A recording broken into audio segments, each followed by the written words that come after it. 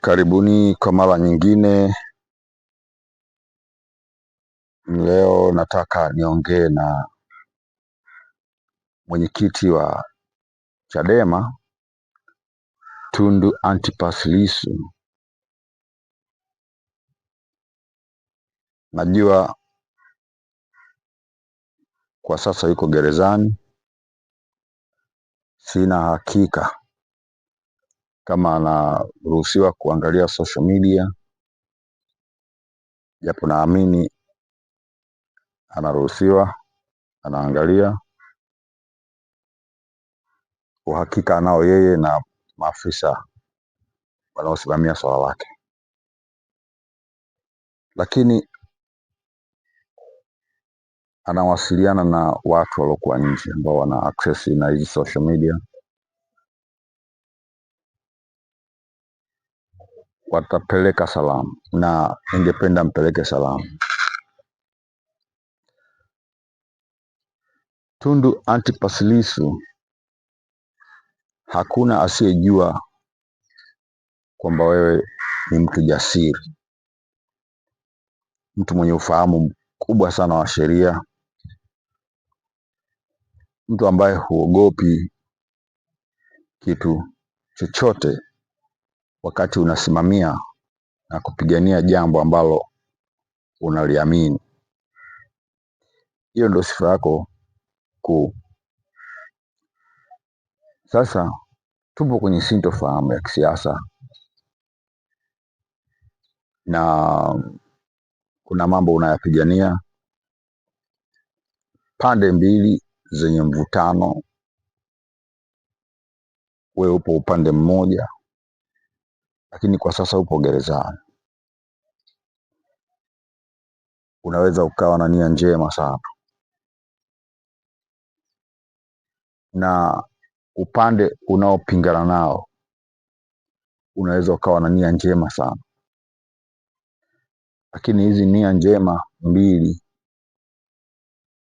zitafanya kazi pale tu pande zote mbili mtakapokaa pamoja na kujadiliana. Kitu kimoja ambacho unatakiwa kukijua au kukizingatia ni kwamba kwenye maisha hakuna wakati ikatokea mtu ukapata kila kitu unachokitamani au ukapata kila kitu unachokipigania. Kwa lugha nyingine, tunatakiwa tupiganie tunachotamani kukipata, na tufikie mahali fulani tukubali kuanza kupata hatua kwa hatua. Ikiwezekana ukapata yote ni jambo jema, lakini usifosi kupata yote kabla ya kupita hatua kwa hatua. Unapofosi kupata yote kwa mara moja, ndivyo hapo inapotokea changamoto za aina mbalimbali. Sasa kuna majadiliano yanaendelea nyuma ya pazia, ukihusishwa, ili maridhiano yapatikane. Wewe na washauri wako mnashauriana vipi? Lakini mimi naamini wewe ndio mwamuzi mkuu wa yote ya chama. Leo tu ukiamua kusema basi sawa, twende kwenye mazungumzo haya, kila kitu kitakuwa kimeisha.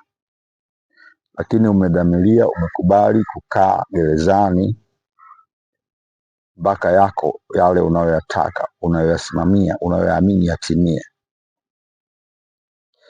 Wakati mwingine unatakiwa uwe huku nje ili uendelee kupambania yale unayoyaamini. Kuendelea kukaa ndani gerezani kunaweza kukapunguza tija ya kupigania yale ambayo wewe unayaamini.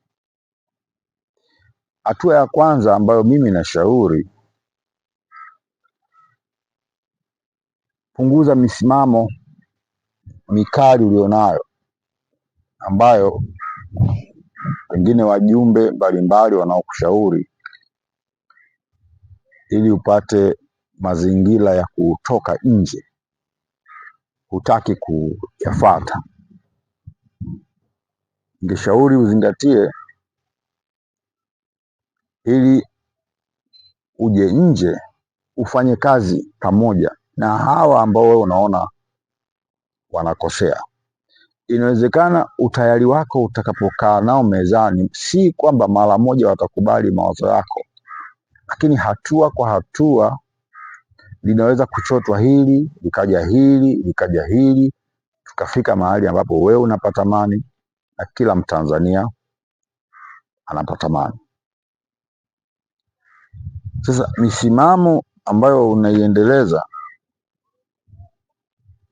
mpaka watu wafanye yale unayoyaamini, kwa mtazamo wangu, hii haileti tija,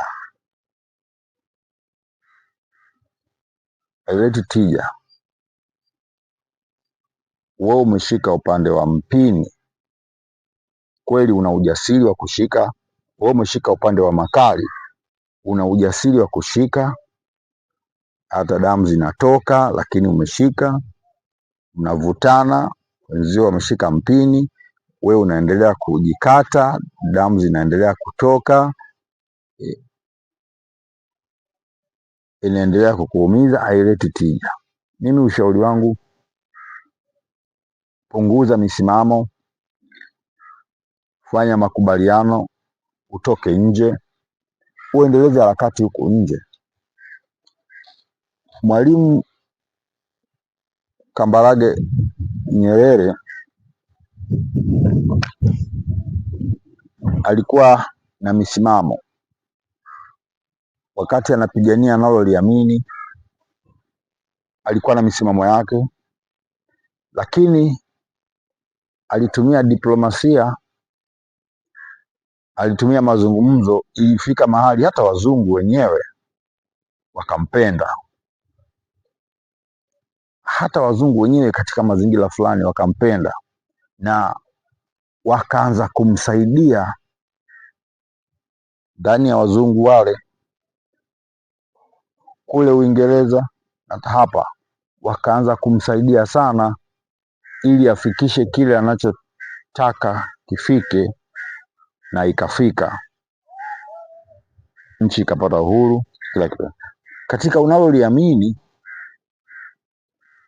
kama utatumia diplomasia pana zaidi, unaweza ukashangaa hata hawa unaopingana nao wakakuunga mkono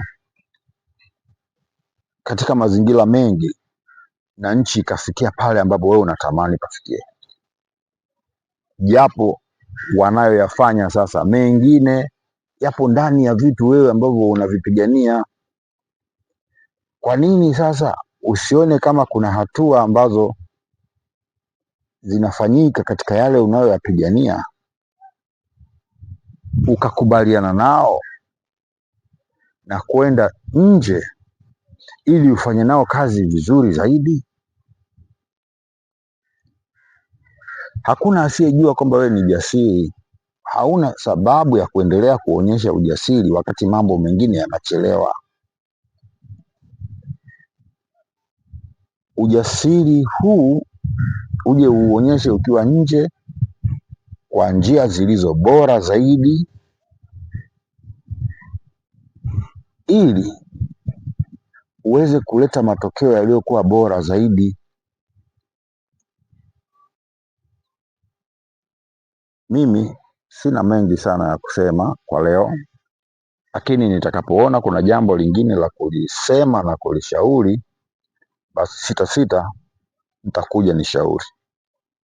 Misimamo ulionayo inaweza kuwa na tija kwa taifa, lakini kuendelea kuwa na misimamo ubaki huko gerezani hakuleti tija kwa taifa.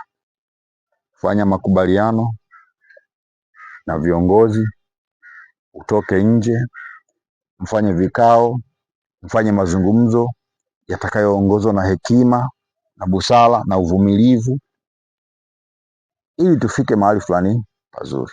Hata hawa unaowaona hawataki, wanataka, ila mnachopishana ni hatua, michakato na njia zile ambazo tunatakiwa tuzipite kufikia ambapo kila mmoja anapataka.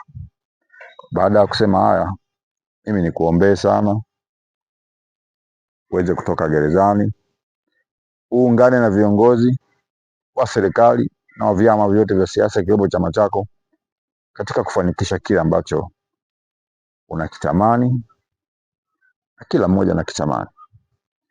Nikuhakikishie kwamba viongozi walikuwepo madarakani sasa hivi wana utayari mkubwa sana, ila pengine tu mnapishana katika kuangalia njia za kupita kufikia kwenye mustakabali ule ambao kila mtu anautaka. Baada ya kusema haya, nikutakie kila laheri watazamaji wangu na wasikilizaji wangu. Karibuni tena kwa mada zitakazofuata.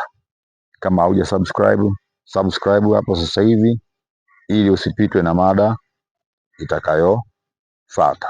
Karibuni sana.